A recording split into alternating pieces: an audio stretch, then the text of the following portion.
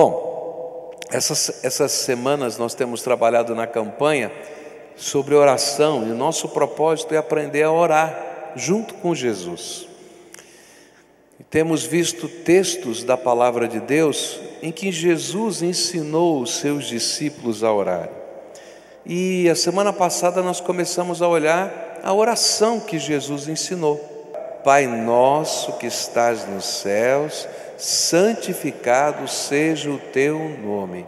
Venha a nós o teu reino. Seja feita a tua vontade, assim na terra como no céu. Para aí. Nós estudamos a semana passada estes 3 aspectos da oração de Jesus que falam da nossa relação com Deus. E Jesus ensinou para a gente, e nós aprendemos, que toda oração começa com adoração. Santificado seja o teu nome. Depois, a oração é uma expressão de cooperação de quem ora com os propósitos de Deus. Venha a nós o teu reino. Nós estamos comprometidos com o teu propósito. Depois, seja feita a tua vontade, assim na terra como no céu, é uma oração de submissão. Porque orar seja feita a tua vontade, às vezes não é tão fácil, quando a vontade de Deus não coincide exatamente com a nossa vontade. E a gente vai aprendendo então esses 3 aspectos da oração que Jesus nos ensinou. A adoração, na oração a gente reconhece quem é Deus. Cooperação, eu sou teu servo, estou junto no teu projeto. E submissão, o Senhor é quem manda na minha vida. Mas hoje eu queria começar a olhar outros aspectos dessa oração, porque se a gente continuar recitando a oração do Pai Nosso, o próximo pedido, a próxima frase que vem, você sabe, qual é? O pão nosso de cada dia nos dá hoje. Jesus ensinou isso aos discípulos. E Ele está tentando mostrar algumas coisas importantes para a gente. Por que a oração do Pai Nosso começa com 3 coisas voltadas só para a nossa relação com Deus e a nossa dependência de Deus? Porque há um princípio na Bíblia, que se a gente não aprender esse princípio, não vai funcionar a nossa fé, o nosso caminhar com Deus. Buscai primeiro o reino de Deus e a sua justiça, e todas as outras coisas vos serão acrescentadas. Às vezes nós imaginamos, quando nós estamos orando, que a gente pode inverter esse princípio. Eu busco primeiro todas as coisas, e depois que Deus acrescentou, eu vou te servir, Senhor. Mas no reino de Deus não funciona assim. E esse é o princípio que Jesus vai ensinar em todo o Sermão da Montanha. E a oração do Pai Nosso está no meio do Sermão da Montanha. E Ele vai ensinar a gente, busca primeiro o reino de Deus e a sua justiça, e todas as outras coisas vos serão acrescentadas. E Ele está dizendo, bom, se você já aprendeu a adorar a Deus, se você já aprendeu a ser um cooperador dos projetos de Deus, você é um ministro de Deus nessa terra, e se você já aprendeu a se submeter ao Senhor, então saiba que Ele vai cuidar de todas as áreas importantes da nossa vida, e Ele vai colocar uma delas. Ele vai colocar para nós agora a questão das nossas necessidades materiais. Pão nosso de cada dia nos dá hoje. Essa oração tão simples, tem para a nossa vida espiritual. A primeira coisa que eu aprendo é que nós dependemos de Deus para as coisas mais simples e necessárias da vida. Por exemplo, comer.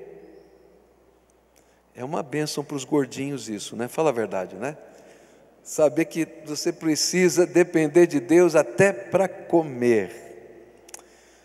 A coisa mais simples que essa petição nos ensina é que Deus nos sustenta e nós dependemos dele para as coisas da eternidade, para as coisas que têm a ver com a nossa existência emocional, afetiva, mas que nós dependemos dele para as coisas do dia a dia da vida, do sustento, do dinheiro, dos negócios, do dia a dia da nossa vida. Algumas pessoas imaginam que Deus somente sustenta os missionários da terra, os pastores. Não é verdade, queridos. A oração de Jesus nos ajuda a compreender que nós vivemos por causa do suprimento divino. Ele é o nosso Criador, Ele é o nosso provedor, Ele é o nosso sustentador. Eu sei que você, com o suor do seu rosto, porque a Bíblia diz que é com o suor do nosso rosto que nós granjeamos o pão de cada dia. É com o seu trabalho que você ganha o dinheiro para sustentar a sua casa. Mas o que a Bíblia ensina é que se Deus tirar a mão de bênção, você pode suar quanto você quiser e não vai produzir nada nem para comer. Mas se Deus o abençoar, aquele trabalho que você faz, porque todo o sustento vem do nosso trabalho, tá? Esse é um princípio da palavra de Deus.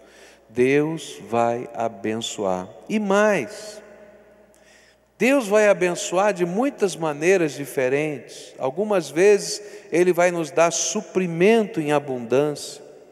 Outras vezes Ele vai multiplicar a falta de abundância para a gente poder atravessar os dias difíceis. Deus está no controle dos dias que a gente chama de vacas gordas e também dos dias de vacas magras. A palavra de Deus nos ensina que Deus deu uma visão para Faraó do Egito, e ele não entendia essa visão, e ele capacitou José, servo de Deus, para interpretar esse sonho, essa visão das vacas gordas e das vacas magras. E José disse: olha, Deus está dizendo que nós vamos ter 7 anos de grande abundância, prepara os celeiros, porque virão 7 anos de grande falta. E o interessante é que os anos de maior falta foram os anos de maior prosperidade do Egito, porque os povos de toda a terra não tinham o que comer e tinham que comprar aquilo que tinha sido estocado no Egito, e o Egito se tornou a grande potência das nações daquela época por causa dos anos de falta, porque eles tinham aprendido a guardar no tempo da abundância, e eles supriram a terra no tempo da falta e foram abençoados por Deus. O que a Bíblia está ensinando para a gente é que Deus está no controle, Ele te ajuda a ganhar o dinheiro, Ele te ajuda a administrar a sua casa, e se você coloca os valores de Deus como valores da sua vida, essa ajuda do Senhor será patente e visível. Olha só o que a Bíblia diz, o apóstolo Paulo vai ensinar em Atos 17, versículos 24 em diante. O Deus que fez o mundo e tudo que nele há, é o Senhor dos céus e da terra, e não habita em santuários feitos por mãos humanas. Ele é muito maior. Ele não é servido por mãos de homens, como se necessitasse de algo, porque Ele mesmo dá a todos a vida, o fôlego e as demais coisas. E de uma só vez, de um só fez Ele todos os povos, para que povoassem toda a terra, tendo determinados tempos anteriormente estabelecidos e os lugares exatos em que deveriam habitar. E Deus fez isso para que os homens o buscassem, e talvez tateando pudessem encontrá-lo, embora não esteja longe de cada um de nós, pois nele vivemos, nos movemos e existimos, como disseram alguns dos poetas de vocês, também somos descendência dele. O que a Bíblia está dizendo é algo tremendo. Você só está vivo pela vontade de Deus. Você só pode ter o que tem porque a boa mão do Senhor tem estado sobre você. Deus é quem nos sustenta.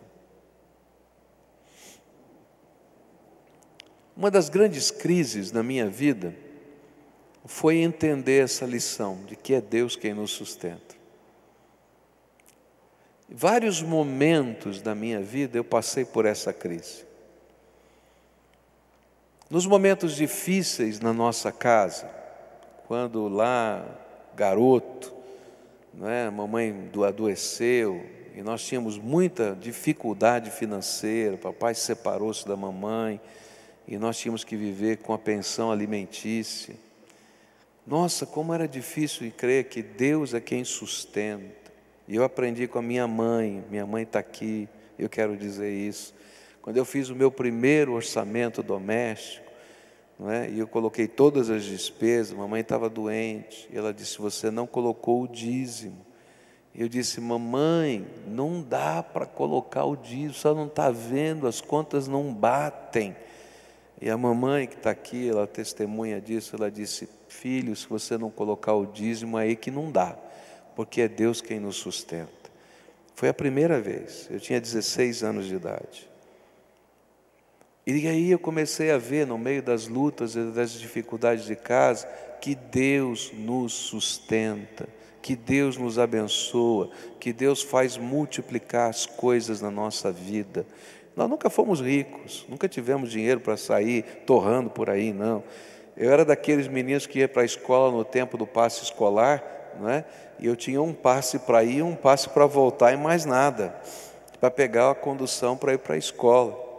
E às vezes então a gente queria comer um cachorro quente, que tinha ali uma pessoa com um carrinho de cachorro quente, e ele aceitava passe escolar.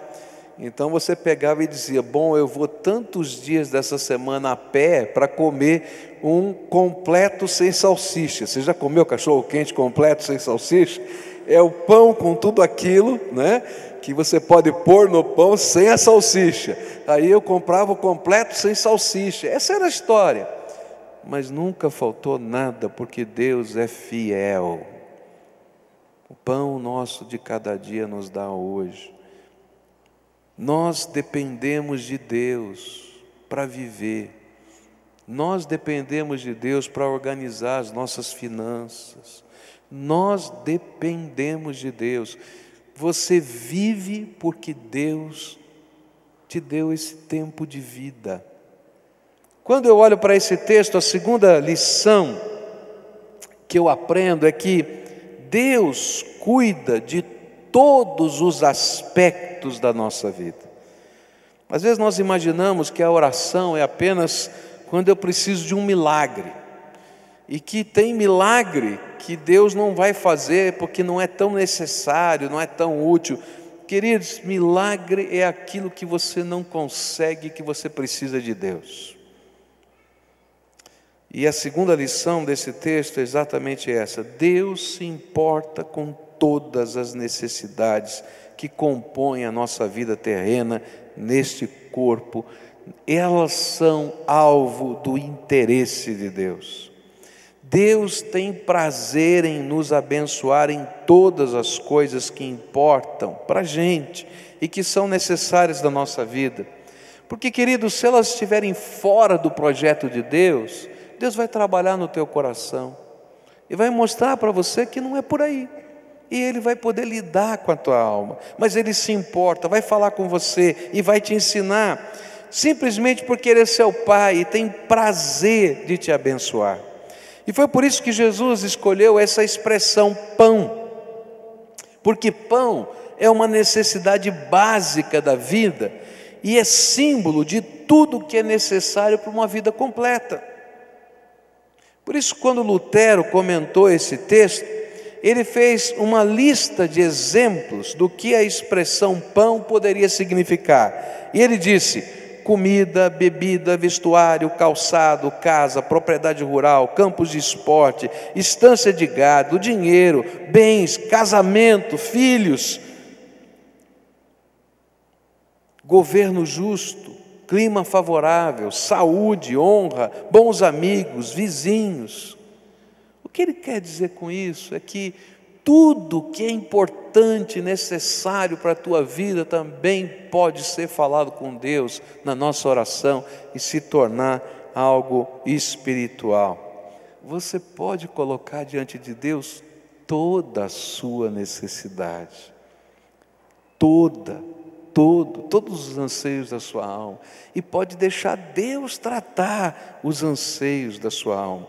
Não é um negócio com Deus, não. É um tratamento de pai para filho.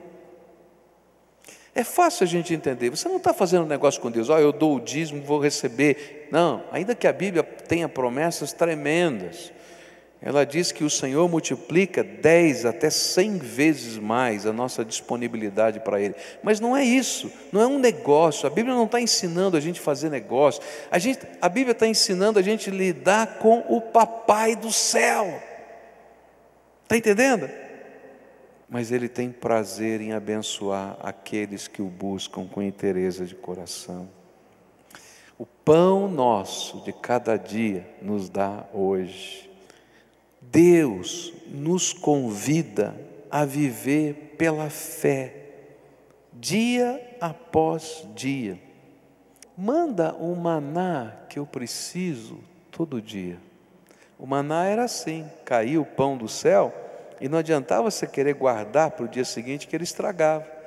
Você tinha que sair todo dia de manhã, reconhecendo que o sustento vinha de Deus e recolher o maná daquele dia. E assim Deus vai nos ensinando a depender dEle e viver um dia de cada vez e todos os dias pela fé no Deus que nos ama, nos sustenta como Pai. E Ele está tratando isso na nossa vida, porque essa é a história dos missionários no mundo. Eles falam como Deus os sustenta. E a gente vai aprender esse negócio do pão nosso de cada dia hoje, na dinâmica deles.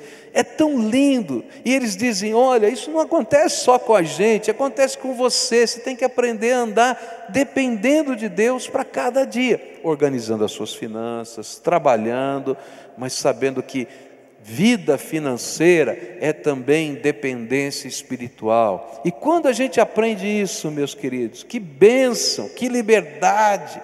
A gente serve a Deus, a gente oferta com liberalidade, porque a gente vai dizer como Davi, tudo veio das tuas mãos. Quando a gente aprende isso, e eu termino dizendo que Deus nos convida a sermos parceiros dele no suprimento de outros. E outra implicação dessa petição pode ser percebida na expressão nosso. O pão nosso de cada dia nos dá hoje. A oração pelo pão diário não pode ser algo egoísta, o meu pão, mas algo que tenha sentido para os propósitos de Deus, o nosso pão. Pois Deus pode me usar para ser meio de suprimento do pão para o outro. E uma coisa eu tenho entendido, que a abundância que temos tem o propósito de sermos ministros, dispenseiros da sua graça para aqueles que não têm. A primeira viagem internacional que eu fiz foi para a Índia. E eu fui convidado para participar de um programa pela BMS, pela missão inglesa, para pastores jovens, né, no mundo. Naquela época eu era pastor jovem no mundo, né, que pudessem influenciar na visão missionária. E eles estavam comemorando os 200 anos de missões na Índia, então levaram 5 pastores de lugares diferentes, o único do Brasil que fui eu, para conhecer o trabalho missionário. E foi muito interessante que quando eu fui para aquela viagem, muitos irmãos, nunca mais aconteceu isso, muitos irmãos da igreja, mas muitos, me deram ofertas. Pastor, isso aqui é para a sua viagem, isso aqui é para a sua viagem, isso aqui é para a sua viagem. Mas foi muito dinheiro, eu não sei exatamente, mas eram milhares de dólares. Eu fiquei pensando, mas que coisa esquisita, está tanto dinheiro assim. E até disse para a Cleusa, eu falei assim, olha, é muito dinheiro, para viajar com tanto dinheiro assim é complicado. Eu acho que eu vou deixar com você alguma coisa, porque é até inseguro viajar assim. E ela disse, se Deus deu, Ele sabe por quê. Leva tudo. Meus irmãos, eu fui para ficar 20 dias, fiquei 42 dias nessa viagem, porque estourou uma guerra entre hindus e muçulmanos. O país ficou em estado de segurança, a gente não podia sair. Eu fiquei numa aldeia, na fronteira entre Bangladesh e Índia, né? No estado de Calcutá, ali na região de Bangalore, né? Que é o estado de Bangalore, a capital é Calcutá, mas bem distante de Calcutá, 2 horas de carro de Calcutá. E eu fiquei naquela vila onde as pessoas não falavam inglês, só falavam a língua local. E queridos, eu estava com uma equipe de pessoas, de missionários, de outros pastores que vinham, mais a missionária local. E aquele dinheiro que os irmãos levantaram aqui foi o suprimento naqueles 20 dias que a gente ficou a mais lá, para toda a equipe missionária que Deus tinha providenciado de antemão. O pão de cada dia, de todos nós, tinha sido dado por aqueles irmãos. Alguns que foram na rodoviária, porque eu peguei o avião em São Paulo e peguei um ônibus aqui. Tinha gente que chegou na rodoviária, pastor, leva na sua viagem, leva na sua viagem. Por que Deus fez isso? Nunca mais aconteceu. Para ensinar um valor e um princípio, que nós podemos ser parte do suprimento uns dos outros.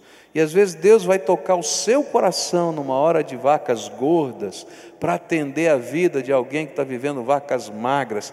E se Deus tocar o seu coração, faça isso com alegria e liberalidade, porque Deus vai usar a tua vida para abençoar alguém.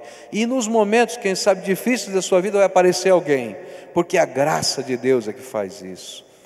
Eu quero dizer o seguinte, eu aprendi a orar, o pão nosso de cada dia me dá hoje, e não me arrependo. Deus é fiel. Buscai primeiro o reino de Deus e a sua justiça, e todas as outras coisas vos serão acrescentadas. Então, nos momentos que você está vivendo talvez uma crise, e as crises vêm e vão na nossa vida, a primeira coisa que a gente tem que fazer é checar os princípios. Olha, quando a gente diz buscai primeiro o reino de Deus, significa do jeito de Deus. Tem muita gente que não aprendeu um princípio, que é o princípio do dízimo. A Bíblia ensina que a gente separa a 10ª parte de tudo quanto Deus nos dá, em reconhecimento de que Ele é dono de tudo. E a Bíblia não diz que a gente faz isso porque Ele precisa. Não, Deus é o dono da prata, do ouro, de tudo, Ele não precisa de nada. É que você precisa entender que Ele é o Senhor da tua vida. A Bíblia, quando fala sobre dinheiro, Jesus, quando fala sobre dinheiro, Ele usa uma expressão mamon, que era uma divindade da fortuna e da sorte. E tem muita gente que serve o dinheiro, está apegado ao dinheiro, sem entender que não é o dinheiro que controla a nossa vida, é Deus que controla a nossa vida. Então coloque em ordem isso, eu vou orar por isso na tua vida. Depois, coloca uma lista de coisas diante do Senhor. Você acertou com Deus, o espiritual. Deus vai transformar em espiritual essa lista de coisas. Vai te dar sabedoria e vai te abençoar. Você não vai ficar rico não, porque não é o projeto de Deus. O projeto de Deus é que se arrependa dele. E se um dia você tiver mais dinheiro do que você precisa, entenda, Deus tem um propósito para você abençoar o mundo. Essa semana eu não pude estar, fui convidado para estar, mas eu já viajei demais. 130 pessoas das maiores fortunas cristãs do mundo se reuniram na cidade de Orlando essa semana para discutir como eles podem investir os seus bens no avanço do reino de Deus. Terminou ontem essa reunião. Estava orando por esse povo, porque Deus está fazendo coisas tremendas nesse mundo, e a gente tem que aprender. Gente de todos os lugares do mundo estiveram lá reunidos. Deus vai usar essas pessoas, mas vai usar você, porque Ele não depende de ninguém, Ele é o dono de todas as coisas. Eu quero orar por você, pela tua vida financeira, pelos teus sonhos, pelos teus projetos, porque eu entendo que isso é espiritual, mas primeiro coloca o Senhor em primeiro lugar na tua vida.